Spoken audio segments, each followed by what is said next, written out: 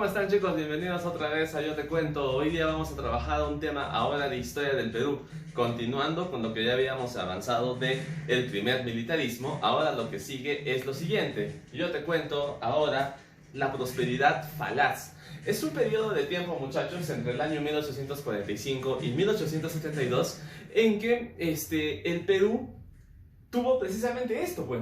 Prosperidad, sí, hubo ganancias. Prosperidad, estamos hablando de económica, en exportaciones, sí, de un producto que tú ya te debes acordar del colegio, el guano, ¿no? Un fertilizante natural dejado por las aves que precisamente habitaban ahí entre esas islas, las islas de Chincha, en el sur del país. Era próspero, estaba yendo bien, sí habían ingresos. El problema fue la mala administración y manejo de esos ingresos económicos, lo cual va a ocasionar precisamente que la prosperidad no sea verdadera, sino sea falaz, ¿no? Sea una prosperidad aparente, falsa. Entonces, primero vamos a ver quién dijo o quién le acuñó este término a este periodo de la historia. Fue precisamente el historiador tarneño Jorge Basadre quien le acuña este término por las razones que ya te expliqué. Entonces, Jorge Basadre dice, ese periodo debe llamarse así, porque eso es lo que pasó, porque sí era una prosperidad, pero no una prosperidad que se haya visto reflejado en el desarrollo industrial del país. Por lo tanto, el país, el Estado peruano, obtuvo altos beneficios y altos ingresos económicos, producto de las exportaciones de guano, pero sin promoverse el desarrollo, ¿sí?, económico, industrial, agrícola. No se promovió nada, se malutilizó este dinero y ahorita vamos a ver cómo. ¿Por qué el guano? ¿Por qué en este siglo? ¿Qué estuvo pasando en el mundo para que esto se dé? Recordamos entonces un tema anterior que también ya hemos trabajado, la revolución industrial, sobre todo la segunda, que a mediados del siglo XIX había empezado a transformar Europa. También esto había provocado una revolución agrícola. Por lo tanto, Europa, pero sobre todo Inglaterra, necesitaba de fertilizantes poderosos para la agricultura. Y chicos, aquí hay algo muy importante. Perú no era el único país que exportaba guano. Teníamos una competencia muy fuerte por parte de Madagascar, en África, ¿ya? Entonces, Madagascar era también otro gran abastecedor de guano, pero llega un punto en que el guano de allá se acaba, y entonces, chicos, el único país en todo el planeta que podría abastecer de este fertilizante a los británicos fue el Perú. Por lo tanto, de alguna manera, el Perú controlaba el monopolio comercial de la venta de guano. Y chicos, esta era una oportunidad redonda para poder desarrollar plenamente la economía del país, ayudar a su población y que salgamos adelante. Pero lastimosamente no se pudo, ¿ok? Entonces, y acá, gracias a los estudios precisamente de un arequipeño llamado Mariano Rivero y Ustaris, se conocieron las propiedades del guano. Él fue precisamente la persona que investigó acerca de estas propiedades y descubrió que precisamente tiene componentes químicos muy importantes y poderosos para la agricultura. Siendo así, chicos, es que el Perú, el Estado peruano, empieza la explotación y exportación de guano, pasando por una serie de procesos. No es simplemente decir, ya tenemos guano, lleve casera, no es así. Se tienen que hacer todo tipo de negocios para poder sacarle el máximo provecho. Pero esto fue evolucionando. Por eso vamos a tener un esquema histórico de la explotación de guano. ¿Cómo empezó y cómo terminó? Empezó siendo un arriendo. Durante el segundo gobierno de Agustín Gamarra, tema que ya hemos estudiado en el segundo militarismo, perdón, en el primer militarismo, estudiamos que había ahí, se empezó a explotar el guano, pero en forma de arriendo. ¿Qué quiere decir el arriendo? En el arriendo, muchachos, es el arrendatario, en este caso uno de los más importantes, o con el que se empezó a trabajar así fue el arrendatario Francisco Quirós. Él es quien explota las islas guaneras, ¿sí? Y luego, bueno, obviamente el Estado, como dueño de las islas, le alquila esas islas guaneras y lo que hace él es venderlas en el mercado internacional, ¿ok? Y lo único que le paga al Estado peruano es un alquiler. En otras palabras, perdón chicos, la vista. En otras palabras, ¿quién es el máximo beneficiario aquí? No importa cuánto él invierta, sino importa a cuánto lo vende. Y él estaba sacando mayor porcentaje porque al Estado solamente le pagaba lo convenido, nada más, ¿ok? Entonces aquí el arrendatario se beneficia mucho y es el Estado peruano que no está viendo una ganancia por este sistema de arriendos. Por lo tanto, en el año 1841 fue anulado. Y de esta manera, así se empezó con el guano. Pero vamos a ver otras modalidades que con el paso del tiempo se fueron haciendo. Entonces, recuerda que después de la dictadura, después del gobierno de Gamarra, empieza un periodo de turbulencia política que es la famosa anarquía militar, ¿no es cierto? Están ahí en medio de esa anarquía peleándose los militares y durante ese periodo se hizo la venta directa, otra forma de explotar y exportar el guano. Es decir, ya no hay un arrendatario, mira, ya no está el arrendatario, ¿ok? Ahora es el Estado peruano quien directamente vende el producto, es decir, él se encarga de la explotación del guano de las islas, ¿sí? Y lo que hace es venderla al mercado internacional. Sin embargo, eso estaba mucho mejor que el sistema de arriendos, pero podrían sacarle más jugo todavía. Y por eso pasamos ahora al sistema de consignaciones y específicamente al primer gobierno de Ramón Castilla. ¿Qué pasa en el primer gobierno de Ramón Castilla? Se empieza a trabajar por medio de consignaciones. ¿Quién es el consignatario? Aquí va a entrar una nueva figura, el consignatario. No vamos a pensar que es igual que el arrendatario, ¿ah? Recuerda que el arrendatario era quien se llevaba el máximo provecho económico del guano y el Estado peruano, que era dueño de esos territorios, no estaba sacando mucha ganancia que digamos. Vamos a ver, chicos, el consignatario es la persona que representa al Estado de alguna manera, pero corre con todos los gastos, como por ejemplo la extracción del guano, sacarlas de las islas, ponerlas en bolsitas y subirlas a un barco. ¿Para qué? Para su transporte a Europa y posteriormente la venta. Lo que hace el consignatario es buscar la mejor oferta. ¿Quién le puede pagar más por esto? O sea, buscar la máxima oferta, lo máximo que se pueda cobrar. Y de ahí, chicos, el Estado peruano ya acuerda con él un porcentaje, una cantidad fija que se le va a pagar. Y el Estado se queda con el 60% del precio bruto. Es decir, aquí quien saca más provecho es el Estado. El consignatario no puede reclamar, pero oye, pero lo vendí muy caro y vendí muchas toneladas. No, porque con él ya se acuerda algo. Y es más, el Estado no invierte en extracción, transporte y venta. Lo único que hace el Estado es cobrar lo que le corresponde y a él solo se le paga una comisión que ya está estipulada en el contrato. Ojo que esto no es que el consignatario estaba siendo estafado, el consignatario era consciente de eso al momento de firmarlo.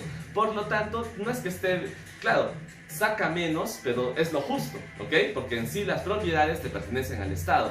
Así, muchachos, mediante el proceso de consignaciones, ya sean consignatarios nacionales o internacionales extranjeros, se empezó la explotación de este recurso. Es muy importante mencionar que dentro de los extranjeros se encontraba precisamente el contrato con la casa inglesa, una casa, ¿no?, de contratación llamada Gibbs. Con los Gibbs, ingleses ellos, se empezó a trabajar esto del sistema de consignaciones y al Perú le estaba yendo bien, porque no era el único, ¿no? Consignatarios el Estado peruano podría tener varios, incluso muchas familias ricas peruanas también estaban en eso, entonces les estaba yendo bien.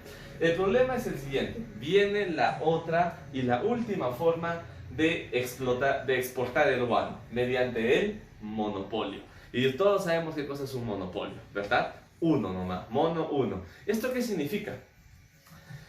Que el guano ya no se le va a vender a más de un proveedor, a más de un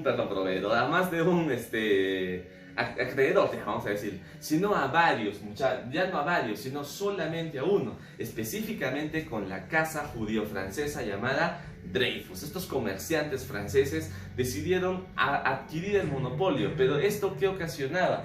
¿Qué pasaría con los consignatarios, ya sean extranjeros, pero sobre todo los peruanos? Ya no les van a dar a ellos, porque se va a monopolizar el guano. Al único al que se le va a vender va a ser a Dreyfus, a esta empresa judío-francesa. Y ellos obviamente van a perder esta oportunidad de ganancia de dinero que estaban teniendo. Por lo tanto, aquí va a haber un problema. muchos consignatarios, sobre todo los peruanos, resentidos porque les han quitado su gallinita de huevos de oro, van a empezar a criticar el gobierno militar y también criticar el aspecto político y económico y fundar su propio partido. Aquí Manuel Pardo y Lavalle crea el primer partido político del Perú. Todos los consignatarios se asocian a él y crean el Partido Civil, que como su nombre le indica, civil, o sea, están en contra de los gobiernos militares, quieren que los gobiernos sean civiles. Bien, pero vamos acá al monopolio. Fue durante el gobierno de José Balta, ¿sí? Pero quien es el artífice de este monopolio, o sea, él es el gobierno, pero él es el presidente, pero quien está detrás de acá de la maniobra es su ministro de Economía, o como se decía en aquella época, su ministro de Hacienda, Nicolás de Piédola. Él es el artífice del contrato Dreyfus. Nicolás de Piédola incluso le llamó el 2 de mayo de la hacienda pública, ¿no? Bueno, ya había pasado el combate de 2 de mayo donde Perú derrota a España. Ese tema ya lo veremos después. Y como fue un éxito militar, toda la gente se quedó así como 2 de mayo, sí, ojalá que haya otro. En este caso, Piédola dijo, hay un 2 de mayo, pero no de batallas, no en el plano militar, sino un 2 de mayo en la economía, en la hacienda. Con esta la hacemos, monopolicemos el guano y se lo vendemos solamente a uno. Así nos libramos de estar teniendo problemas con los consignatarios. ¿Qué pasaba con los consignatarios? A veces se tardaban en el pago, no cumplían sus deberes a tiempo. Entonces, para evitar ese trajín con los consignatarios, se decide monopolizarlo, venderlo solamente a los Dreyfus. 2 millones de toneladas de guano adquirió Dreyfus y por esa cantidad de dinero adelantó 2 millones de soles como adelanto y 2 mensualidades, dos mensualidades, ¿ok? 700.000 soles, o sea, adelantó 2 mensualidades y esas mensualidades iban a ser de 700.000 soles y se iban a pagar hasta el año 1871. O sea, chicos, el dinero sí entró, el dinero sí cayó en bolsillos del Estado. Y uno se pregunta, ¿y dónde está todo ese dinero? Se supone que con esto ya nosotros hubiésemos salido adelante. Pero bueno, ya lo vamos a ver. Ah, y otra cosa, Dreyfus también se comprometía a cubrir la deuda externa por la venta de guano. La deuda externa es una deuda que teníamos desde la independencia, precisamente porque la guerra de independencia no fue gratis, ¿sí? Costó su dinero y por ende nos habíamos endeudado para poder pagar nuestra guerra de independencia. Había que pagar esa deuda y Dreyfus se comprometió también a cubrirla. Prácticamente se vendió el guano a 36.5 soles por tonelada. Chicos, estaba todo bien, estaba genial. El problema, vuelvo a repetir, es la mala distribución de los ingresos por el guano. Por eso el contrato Dreyfus, al final de cuentas, no terminó beneficiándonos. Dreyfus nos había adelantado grandes sumas de dinero y al final teníamos que darle prácticamente el guano. Y chicos, cuando tú pagas algo por adelantado, tienes que cumplir, obviamente, ¿no? Pero llega un punto en que ya no vas a poder cumplir, pero ya te pagaron. Y chicos, a Dreyfus le terminamos debiendo en vez de que él sea deudor con nosotros. Fue un total fracaso. ¿Por qué? Por esto, chicos. El 29%, bueno, más 24%, chicos de acá, vemos que el dinero del guano se utilizó para la burocracia civil y militar, para pagar funcionarios dentro del fuero civil y militar del gobierno. Chicos, ahí se nos va casi ya más de la mitad, ¿no?, del porcentaje de ingresos. Un 20% en la construcción de ferrocarriles, esto sobre todo en el gobierno de Balta precisamente, ¿ya? Que también cuando hablemos de los gobernantes ahí vamos a desarrollar un poquito mejor. Pero en esto se gastó mucho. Y chicos, no eran necesariamente trenes bien hechos. O sea, lamentablemente aquí también se invirtió el dinero y se utilizó mediocremente. No se hizo trenes de calidad, estaban viejos, estaban en desuso. Y con el paso del tiempo quedaron obsoletos.